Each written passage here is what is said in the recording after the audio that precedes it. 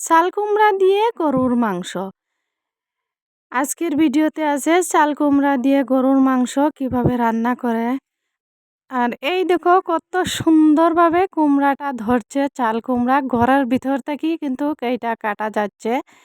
High everyone, আসসালামু আলাইকুম, welcome back to my channel Zaida Assam blog. কেমন আছেন সবাই? আশা করি ভালো আছেন। আলহামদুলিল্লাহ আমিও ভালো আছি। এখন হয়েছে প্রায় 10টা, সকাল 10টা থেকে আপনাদের সাথে নিয়ে ব্লগটা স্টার্ট করছি। চাল কুমড়াটা ভালোভাবে পরিষ্কার করে ধুয়ে আনছি। এখন ওইটা কাটবো, মানে ছোট্ট ছোট্ট সাইজ করে কাটবো। কাছে এবং দূরে, দেশ এবং দেশের বাহিরে যে যেখান থেকে আমার ভিডিওটা দেখছেন সবাইকে অসংখ্য অসংখ্য ধন্যবাদ। আর স্কিপ না করিয়ে পুরা ভিডিওটা দেখে নেবেন। আর এই দেখো আমি কিন্তু 2 ভাগ করে নিয়েছি, নিয়ে 1 ভাগ কিন্তু রাখিয়ে দিব আর 1 ভাগ রান্না করব। এখন কিন্তু প্রথমে সুলিয়ে নিয়েছি, নিয়ে তারপর বিচিগুলা ফেলিয়ে দিব, দিয়ে তারপরে ছোট্ট ছোট্ট সাইজ করে কাটিয়ে নিব। আপনারা চাইলে বড় করে কাটতে পারেন, কিন্তু আমার এই সাইজটা বেশি ভালো লাগে, তাই জন্য আমি এইরকম সাইজ করে কাটিয়ে নিয়েছি। আর যারা আমার চ্যানেলে নতুন জয়েন্ট হয়েছেন প্লিজ চ্যানেলটা সাবস্ক্রাইব করে নেবেন, আর একটা লাইক দিয়ে ভিডিওটা দেখা শুরু করবেন। শুরু থেকে শেষ পর্যন্ত দেখে নেবেন, আশা করছি অনেকটা ভালো লাগবে। আর একদমই স্কিপ করবেন না, পুরো ভিডিওটা দেখতে থাকবেন, তাহলে বুঝতে পারবেন কিভাবে সহজভাবে এত মজাদার একটা রেসিপি। আপনাদের সাথে কথা বলতে বলতে অর্ধেকটা আমার কিন্তু কাটা শেষ হয়ে গেছে, আর অর্ধেকটা রয়ে গেছে, এইটাও কিন্তু কাটিয়ে নিব। আর কে কোথায় থাকি দেখছেন আমার ভিডিওটা প্লিজ কমেন্টে জানিয়ে দিবেন। এই দেখো আমার কাটাটা পুরোপুরি শেষ হয়ে গেছে, এখন কিন্তু ধুয়ে নিব। এইভাবে ভালোভাবে পরিষ্কার করি 2-3 বার ধুয়ে নিব, তারপর কিন্তু রান্নার প্রস্তুতিতে যাব। এখন আমার ধোয়া শেষ হয়ে গেছে, আমি শুধু একবার আপনাদের সাথে দেখাচ্ছি, কিন্তু এর আগে আমি আরও 2বার ধুয়ে নিচ্ছি। এইখানে গরুর মাংস আর চাল কুমড়া, তারপরে পেঁয়াজ কুচি, আদা বাটা, রসুন বাটা একসাথে বাটিয়ে নিয়েছি। এখন কিন্তু কড়াইটা বসিয়ে দিয়েছি, তার সাথে কিন্তু সরিষার তেল দিয়ে দিচ্ছি কড়াইয়ের মধ্যে। আর তেলটা গরম হয়ে গেছে, এখন পেঁয়াজ কুচি দিয়ে দিচ্ছি। পেঁয়াজটা কিন্তু ব্রাউন কালার করে ভাজে নিব। এখন এই দেখো কিন্তু আমার পেঁয়াজটা ভাজা শেষ হয়ে গেছে। এখন দিয়ে দিব স্বাদ মতো লবণ।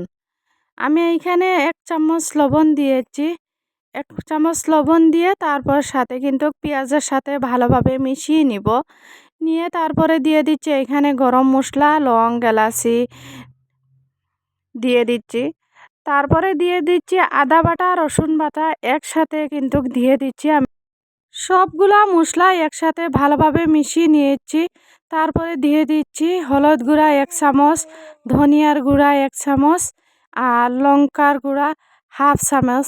তার মানে আমার ছেলেমেয়েরা ঝাল অতটা পছন্দ করে না, তাই জন্য কম দিয়েছি। আপনারা চাইলে বেশি দিতে পারেন, যে যতটুকু পরিমাণ ঝাল খান ততটুকু দিতে পারেন। আর এইভাবে কিন্তু আমি আবারও কিন্তু মিশিয়ে নিব, নিয়ে হালকা করে এখন পানি দিয়ে দিচ্ছি। বেশি দিব না, হালকা করে পানি দিব। এই দেখো অল্প পরিমাণ পানি দিয়ে দিচ্ছি, দিয়ে আবারও ভালোভাবে মিশিয়ে নিয়েছি। আবারও বলছি আপনারা স্কিপ করবেন না, পুরো ভিডিওটা দেখবেন, তাহলে বুঝতে পারবেন সহজভাবে কিভাবে এত সুন্দর মজাদার একটা রেসিপি কুমড়া দিয়ে গরুর মাংস। আর আবারও কিন্তু পরিমাণ মতনও পানি দিয়ে দিচ্ছি, দিয়ে এইভাবে মশলাটা 3-4 বার কষিয়ে নিব ভালোভাবে। এই দেখো আমি কিন্তু আবার এইখানে প্রায় 4 বার কষিয়ে নিয়েছি আমি। আর এই দেখো কিন্তু মশলাটা পুরোপুরি কষানো শেষ হয়ে গেছে। এখন দিয়ে দিব মাংসটা কাটিয়ে ধুয়ে রাখিয়ে দিয়েছি। এইখানে আমি ছোট্ট ছোট্ট করে মাংসর সাইজগুলা করছি, কারণ আমার ছেলে মেয়ে ছোট্ট ছোট্ট মাংসর সাইজ পছন্দ করে। ওরা বড় দিলে কিন্তু কতটা পছন্দ করে না। আপনারা আপনাদের পছন্দ মতন কাটবেন। আর এখন মশলার সাথে কি ভালোভাবে আমি মাংসগুলা মিশিয়ে নিয়েছি, নিয়ে এখন ঢাকনা দিয়ে ঢাকিয়ে দিব 10 মিনিটের জন্য, যেহেতু মাংসর থেকে জল বেরোবে, তাই জন্য 10 মিনিটের জন্য মানে ঢাকনা দিয়ে ঢাকিয়ে দিব। 10 মিনিট পর আবার ফিরে আসব আপনাদের সাথে। এই দেখো 10 মিনিট পর কিন্তু মাংসটা এইভাবে কষানো হয়ে গেছে। আর আমি আগুনটা কিন্তু একদমই কমিয়ে রাখিয়ে দিয়েছি। আর কিছুটা ঝোল বেরিয়ে গিয়েছে আর মাংস কিছুটা সিদ্ধ হয়ে গেছে। এখন কিন্তু আবারও কিন্তু 10 মিনিটের জন্য ঢাকনা দিয়ে ঢাকিয়ে রাখবো। 10 মিনিট পর আবার আসলাম। এই দেখো আমার মাংসটা পুরাপুরি কষানো হয়ে গেছে। এখন একটুখানি আপনাদের সাথে দেখিয়ে দিচ্ছি। এই দেখো কি কত সুন্দর হয়েছে। আমার পুরা কষানো শেষ হয়ে গেছে। এখন চাল কুমড়া দিয়ে দিব মাংসর মধ্যে। এখন চাল কুমড়া দিয়ে দিচ্ছি, সবগুলা মাংসর মধ্যে দিয়ে ভালোভাবে মিশিয়ে নিব। আর এই দেখো আমি একটু একটু করে ভালোভাবে মিশিয়ে নিয়েছি। এইভাবে আপনারা ভালোভাবে মানে মিশিয়ে নিবেন কুমড়ার সাথে কিন্তু মাংসটা।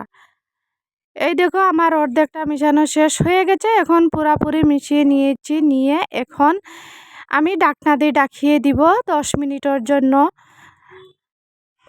10 মিনিটের জন্য আমি ঢাকনা দিয়ে ঢাকিয়ে দিয়েছি। দেওয়ার পরে এই দেখো আবারও ফিরে আসলাম আপনাকে দেখানোর জন্য। আর এই দেখো আমার কিন্তু চাল কুমড়া থেকে যতটুকু জল বেরিয়েছিল সবগুলো জল শুকিয়ে গিয়েছে। আর এখন কিন্তু চাল কুমড়াটা পুরাপুরি সিদ্ধ হয়ে গেছে। এই দেখো আপনাদের সাথে দেখিয়ে দিয়েছি কিভাবে পুরাটা সিদ্ধ হয়ে গেছে। এখন কিন্তু আমি চুলোর জলটা দিয়ে দিব।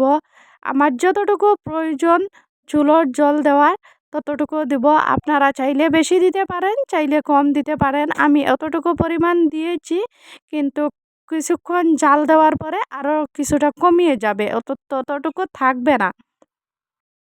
আমার কথাতে যদি কোনো ভুল দৃষ্টি হয়ে থাকে প্লিজ ক্ষমা দৃষ্টিরে দেখে নেবেন। আর এই দেখো আমি ঢাকনা দিয়ে ঢাকিয়ে দিয়েছি। এখন ফিরে আসলাম প্রায় 10 মিনিট পরে। এই দেখো আমার কিন্তু চাল কুমড়া দিয়ে মাংস রান্না শেষ হয়ে গেছে। কতটুকু সুন্দর হয়েছে, কালারটা দেখলে আপনারা বুঝতে পারবেন।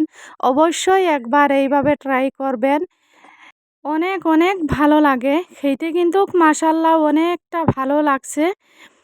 আর এই দেখো আমি কিন্তু আপনাদের সাথে শেয়ার করছি বাটিতে নিয়ে, কতটা লোভনীয় হয়েছে দেখিয়ে। মাশাল্লাহ খুবই ভালো লাগছে খেতে। আপনারা অবশ্যই একবার এইভাবে ট্রাই করবেন। ভিডিওটা এখানে শেষ করছি। সবাই ভালো থাকবেন, সুস্থ থাকবেন। আল্লাহ হাফিজ। দেখা হবে নেক্সট ব্লগে। আবার নতুন ভিডিও নিয়ে আসবো। বিদায় নিচ্ছি আপনাদের কাছ থেকে।